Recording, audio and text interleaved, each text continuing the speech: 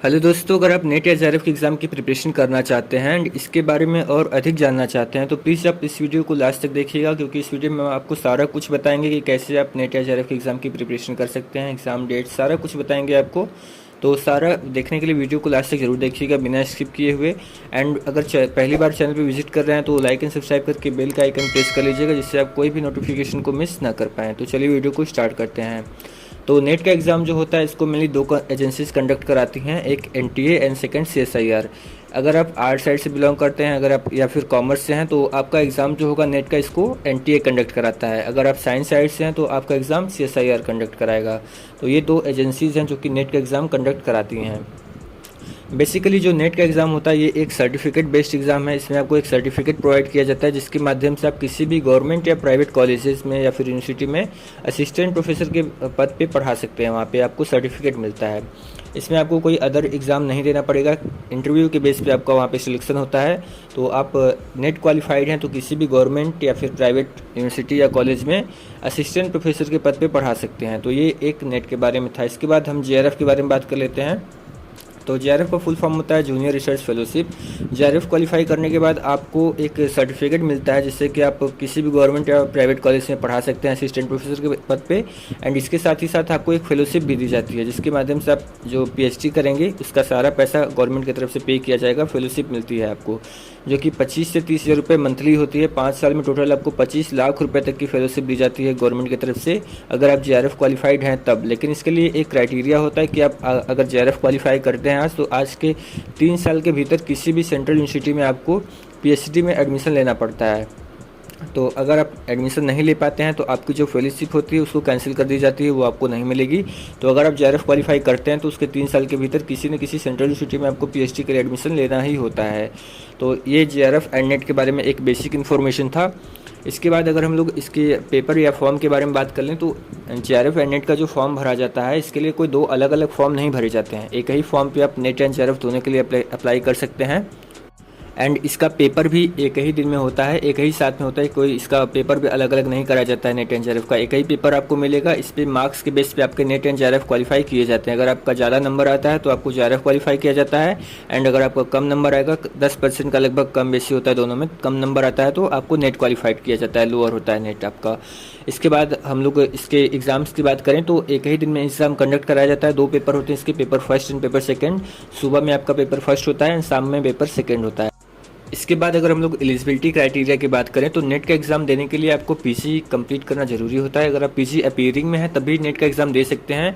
अगर आपका PG complete हो चुका है तो आपको कम से कम जनरल कैटेगरी के लिए 55% मार्क्स रिक्वायर होते हैं। एंड अदर कैटेगरी से ओबीसी एसटी एससी से आप बिलोंग करते हैं तो आपको 50% मार्क्स चाहिए होता है पीजी में नेट का एग्ज़ाम देने के लिए।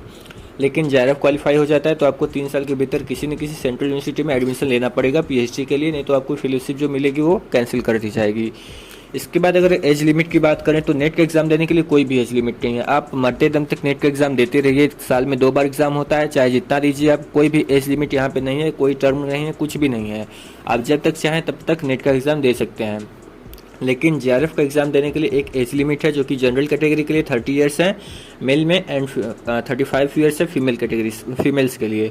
एंड एससी एसटी कैटेगरी के लिए 35 ईयर्स होता है। अगर आप कोई पूर्व सैनिक हैं, आर्मी में काम कर चुके हैं, तो आपको 5 साल की एक्स्ट्रा रिलैक्सेशन दी जाती है। एंड एलएलएम की डिग्री आपके पास है तो 3 साल की और रिलैक्सेशन दी जाएगी आपको। ये था आपका एज लिमिट के बारे में। इसके बाद फीस स्ट्रक्चर जान ले। जो नेट का फॉर्म होता है वो कितने का आता है तो जनरल कैटेगरी के लिए ये फॉर्म 1000 का होता है, ओबीसी कैटेगरी के लिए 500 का, एससी एसटी एंड पीडब्ल्यूडी के लिए 250 से 300 के बीच में लिबरेट करता रहता है, कम बेसी होता रहता है। तो ये एक बेसिक स्ट्रक्चर था फीस का फॉर्म के general and OBC SC ST categories के लिए। इसके बाद अगर हम लोग नेट के एग्ज़ाम की बात करें या नेट या जेआरएफ के एग्ज़ाम कब कब होता है तो ये 2 बार कंडक्ट कराया जाता है, एक साल में जून में एंड दिसंबर में। साल में 2 बार नेट एंड जेआरएफ का एग्ज़ाम होता है। तो आप इसको दोनों बार भर के दे सकते हैं। कोई भी यहाँ पे बाउंडेशन नहीं है कि आप साल में एक ही बार दीजिए, दोनों बार आप फॉर्म भरिए, दोनों बार एग्ज़ाम दीजिए। यहाँ पे कोई भी बाउंडेशन नहीं है। इसके बाद एग्ज़ाम पैटर्न की बात करें तो एग्ज़ाम जो होता है नेट का या जेआरएफ का, ये सीबीटी मोड होता है। कंप्यूटर बेस्ड टेस्ट होगा आपका, कंप्यूटर पे एग्ज़ाम देना होगा। क्वेश्चंस आपके ऑब्जेक्टिव रहेंगे। यहाँ पे बाईलैंग्वेज क्वेश्चंस रहते हैं। आप कोई भी 2 लैंग्वेज जो आपको अच्छा लगे या फिर जिसमें आप कंफर्टेबल हों उसमें आप एग्ज़ाम को दे सकते हैं। डबल लैंग्वेज की यहाँ पे रहती है।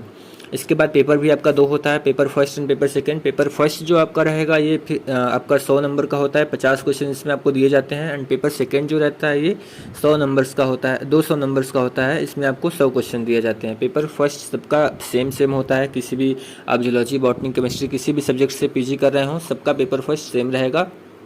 एंड पेपर सेकंड जो होता है ये आपका मेन डोमेन का क्वेश्चन इसमें रहता है, जो आपका मेन सब्जेक्ट रहेगा पीजी में, इससे क्वेश्चंस पूछे जाते हैं। यहाँ पे आपको समय 3 घंटे दिया जाता है पेपर को सॉल्व करने के लिए। पेपर आप जैसे बताया था पहले ही कि पेपर 2 पाली में कराया जाएगा, सुबह में एंड शाम में 2 मीटिंग में पेपर होगा, तो दोनों के लिए 3-3 घंटे आपको दिए जाएंगे। यहाँ पे कोई भी निगेटिव मार्किंग्स नहीं होती है, तो आप सारा क्वेश्चंस अटेंड कर सकते हैं, यहाँ पे कोई भी दिक्कत नहीं है, निगेटिव मार्किंग नहीं होती है इसमें।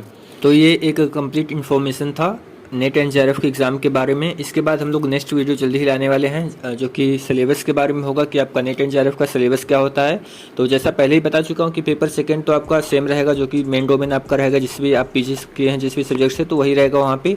लेकिन पेपर फर्स्ट का क्या सिलेबस होता है ये आपको नेक्स्ट वीडियो में आपको सारा बताएंगे। तो कैसा लगा आपको वीडियो कमेंट करके बताइए। एंड अदर कोई डाउट हो आपके मन में तो कमेंट करके हमसे पूछ सकते हैं वहाँ पे।